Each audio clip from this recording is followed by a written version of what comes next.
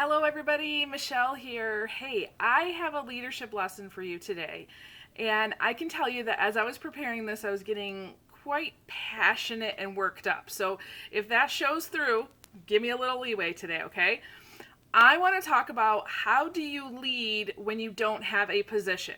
Okay, so how do you lead and influence people when you're not the boss, you're not the supervisor, you're not the one with authority, right? So you have no authority, but you have credibility, okay, because of the person that you are, because you're a person of good character, right?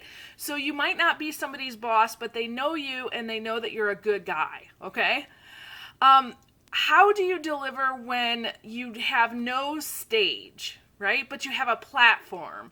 So, for example, you might not be the one in charge that, everybody looks to and says, man, I better follow what he says or I'm not going to get paid, right? But you have a platform, meaning, because people are gravitating towards you, whether it be, here on social media, you're probably watching this video. Thank you so much. I really appreciate that. Or whether it be, in your workplace, you might not be the boss, but everybody gravitates towards you because there's something about you, right? So how do you lead when you don't have a position? Well, first of all, let me tell you this, that you need to develop the capacity to see above the crowd and beyond the problem, okay? So I am noticing that these days in our world, people are getting really caught up in politics, right? I put a meme out yesterday that said, most of you are too busy being a Democrat or Republican to be decent, right? So they're so focused on politics or culture issues, you name it. I mean, I'm not even going to go into it and name some of these issues that are out there right now. But out of all of this, there's a ton of shoulds that are flying around, right? You should do this, you shouldn't do that. And gosh, that's not leadership, okay? That is not leadership. Let me just say that one more time. That is not leadership, okay? So what does a leader and influencer do? Okay, well, first of all, you examine your assumptions, right? So you examine yours first and say, what do I believe about this topic or this concept or this situation, right? So before you ever say a word, you stop and think about what do I believe? And then the next question is, where did that belief come from? Okay, because for the majority of people, I would say probably 99% of people, and I'm included in that, we operate out of beliefs that we were downloaded way back in our early childhood, and we don't even know that they're there. We just say that we're right, okay? So examine your assumptions, ask where did that come from, and then the next question is, do I want to keep that assumption, okay? Because you have choice. You don't have to believe that, right? You can believe something different, okay? Now, the next thing that a good leader does is they examine the assumptions of other people, okay? So let's say you're on social media and you see a post from somebody and, it gets you kind of riled up. Well, first of all, you ask yourself, why am I riled up about this, right? What makes me upset about this? And the second thing is that you say, now, wait a minute, what are their assumptions, right? So try to put yourself in the other person's shoes and say, I can understand how they could get to that point, okay? Maybe you're having an interaction with somebody at work and it's a coworker. You're not necessarily their boss, but they say something and you're like, well, that's a little weird, right? Or maybe you're like, wait a minute, that's not really who we are or what we're about, right? Examine their assumptions, try to understand. And if you can't understand where they're coming from, ask questions so you can. Okay? Now, the next thing a good leader and influencer does is they communicate well. Okay? Communicate well and communicate often. So communicating well means that you have a well thought out plan, right? For example, let's say, you've noticed something on social media, you've done your examination of your assumptions and their assumptions, and you're like, okay, I really do feel like I want to speak to this, right?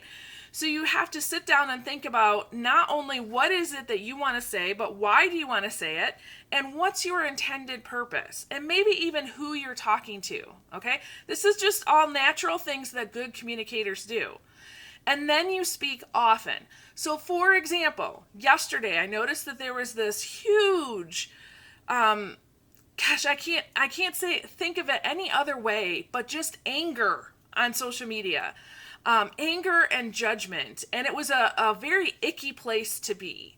And I thought, okay, well, what can I do here? So every single post that I saw that was like feel good, not just, funny cat poster on the wall, feel good, but like, wow, there was one that I shared that was a child that was helping another child make a slam dunk. Okay. So anything that was good, I was like, that's what I'm going to choose to share today. I'm not going to talk about all this other stuff that's happening because quite frankly, that's not going to help solve the problem. So I started to share all of these. We need more of this. We need more of this. We need more of this.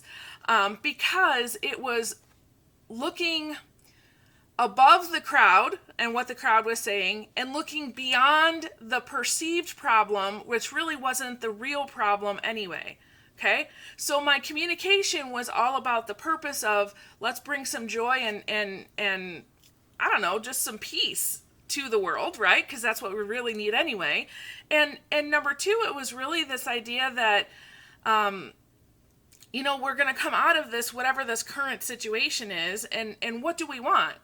Right? So thinking about what we want and then communicating that often through different, videos, memes, but being very simple in my communication. Okay. Good leaders are able to look beyond the present pain and go towards the future solution. Okay. The future ideal. So really thinking through, okay, I'm not discounting whatever problem or thing that people are talking about. I would never do that. But what would be the ideal situation to come out of that? See, when people are all caught up in their feelings and they have this anger, they don't realize that they're lashing out at other people and they're actually exacerbating or multiplying the problem. They're making the present pain deeper. They're passing it on like in an infection, and they're making it stick around longer. So do you want the present pain or do you want the future ideal? Okay? So if I were to give you guys any tips about how to lead in sticky situations where you don't have a position, I would say don't get caught up in your feelings. Okay? Really examine why you feel the way that you do and where did that come from. Make sure that you're really examining your individual beliefs, again, checking those assumptions, and then be careful of culture's message, okay? So especially right now, we've got people tend to think that we are either or, black or white, good or bad, this dichotomy, right? When in reality, it's all a continuum. And so when you choose a side, you're naturally choosing a side against somebody else.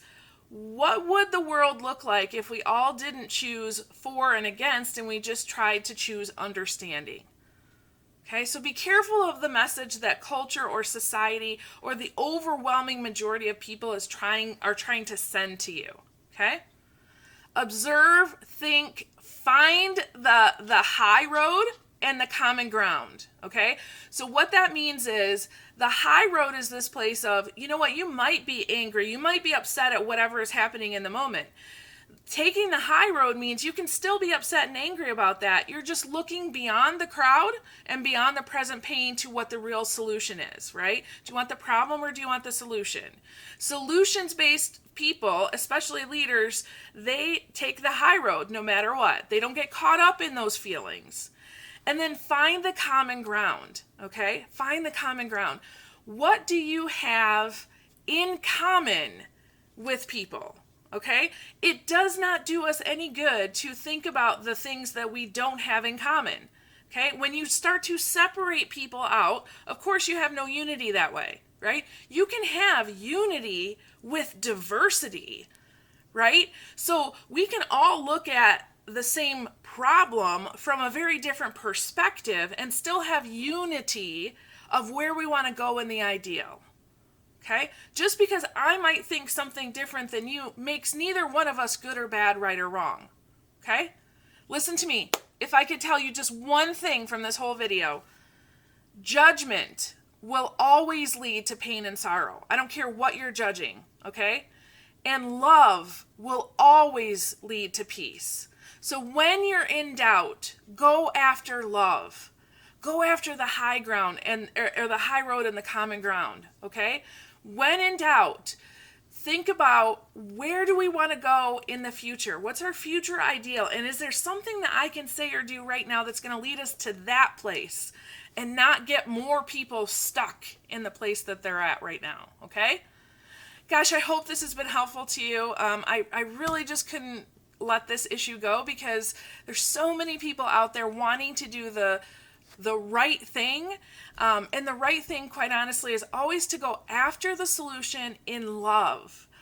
So if you can do that, I don't care if you have a position or not, you're going to be influential. And guess what? People will flock to you. Okay? That will give you a position and a platform so that you can have people do some solutions-based thinking in the future. Okay? Thank you so much for joining me today. I hope this was helpful, and I hope it really got you to think. All right, we'll see you next time. Bye-bye.